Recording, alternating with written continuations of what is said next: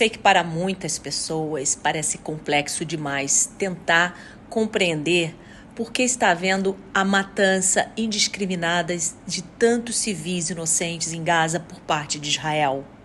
Muitos que não conhecem o assunto devem estar pensando assim: não, eles devem ter feito algo muito ruim, mas muito ruim mesmo, para estarem sendo exterminados. Então, eu gostaria de trazer hoje para vocês, resumir em uma única palavra, por que tudo que está acontecendo em Gaza está acontecendo. Essa única palavra se chama sionismo. Sem compreender o que significa em todas as suas acepções o sionismo e suas várias vertentes, nós temos o sionismo cristão, nós temos o sionismo político, o ator principal de tudo o que está acontecendo, você não será capaz de compreender. Não é Hamas, não é palestino, não é nada disso.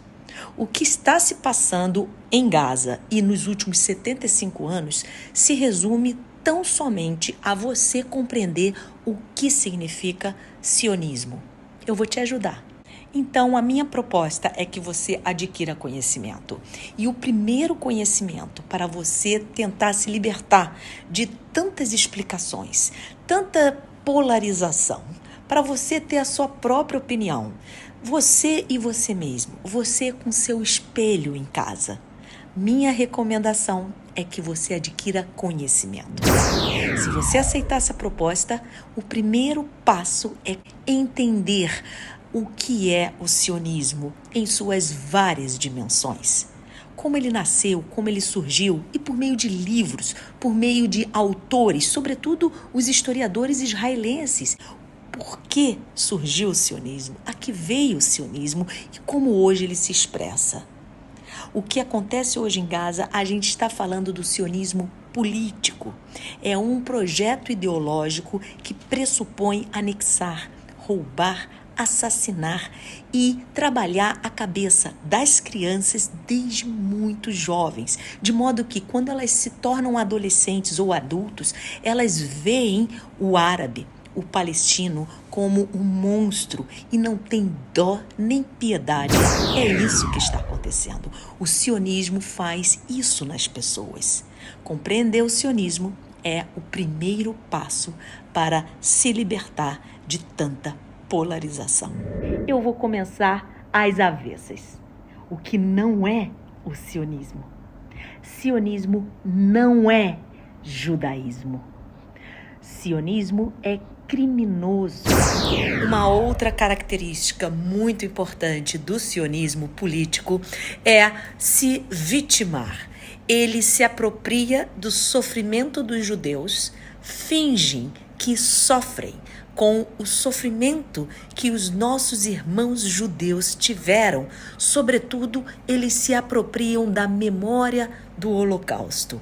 Assim, qualquer pessoa vai ficar com medo de denunciar o sionismo, porque os sionistas fazem você acreditar que sionismo é judaísmo, mas sionismo não é judaísmo. É pelo contrário, eles são os maiores antissemitas de que se tem notícia. Assim, ninguém tem coragem de denunciar, de acusar, de criticar o sionismo, porque as pessoas ficam com medo de serem acusadas de racistas. No vídeo a que você vai assistir agora, você vai compreender um pouquinho mais sobre o que é o sionismo. Bom vídeo a todos. There's one word that explains the bloodshed, the genocide, the massacres, the bombing of hospitals and schools in Gaza today: Zionism. Many people will tell you that Zionism could mean different things to different people. Some people will say that Zionism is a liberal ideology. Some will even go as far as to say that Zionism is decolonization.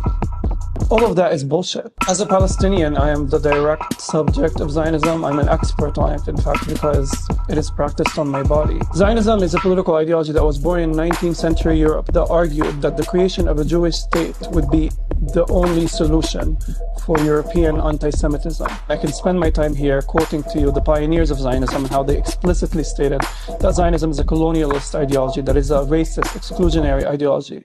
But I'm not going to do this because Zionism is best defined by its material manifestations. Home demolitions, military occupation, it is siege, apartheid, racial discrimination, racial elimination. The facts speak for themselves, the latest being genocide.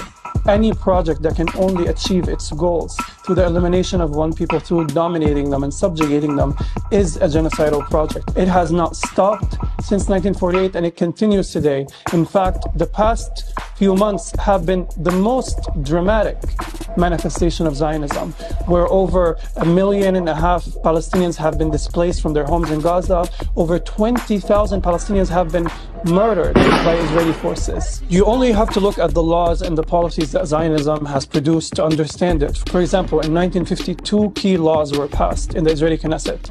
One, the absentee property law, which prevented Palestinians who were forcibly dispossessed from their lands in 1948 from reclaiming their property. And two, the law of return, which says that any person who is born Jewish around the world can emigrate and get citizenship.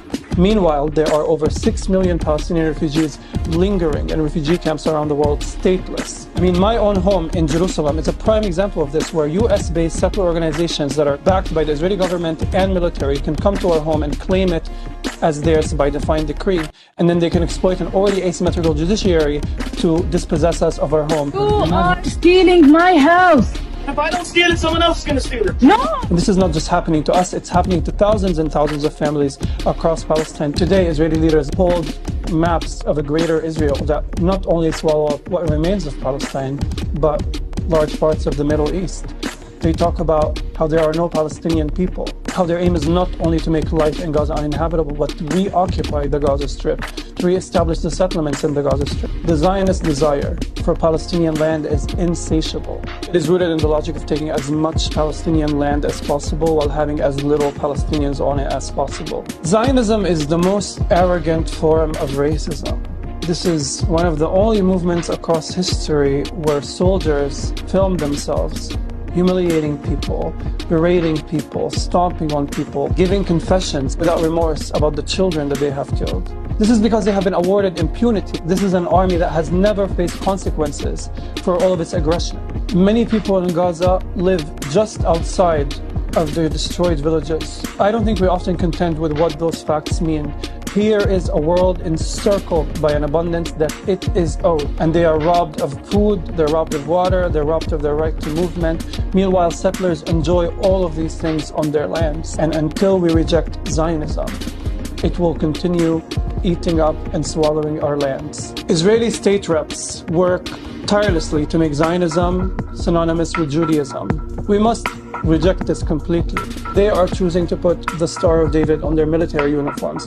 It is not my decision, and so it is not my responsibility. The fact that the world's superpowers are lobbying to ban criticism of Zionism is proof that Zionism is rooted in imperialism. Were there not an Israel, the United States of America would have to invent an Israel. We'd have to invent. Because Israel serves the United States' interests in the region, economic interests, business interests, weapons interests. Meanwhile, people in the United States have no access to free healthcare or free education. To be anti-racist means that you have to be anti-Zionist. The only meaning that Zionism can hold is the meaning it practices today. Racial elimination and settler expansion. And the only solution for Zionism is abolishing Zionism, dismantling the Zionist enterprise. That is the only way we can have dignity, justice, and peace in the region. It is a moral obligation, because it is a moral obligation for everybody to oppose murder, theft, and erasure. Pai Salam Shalom.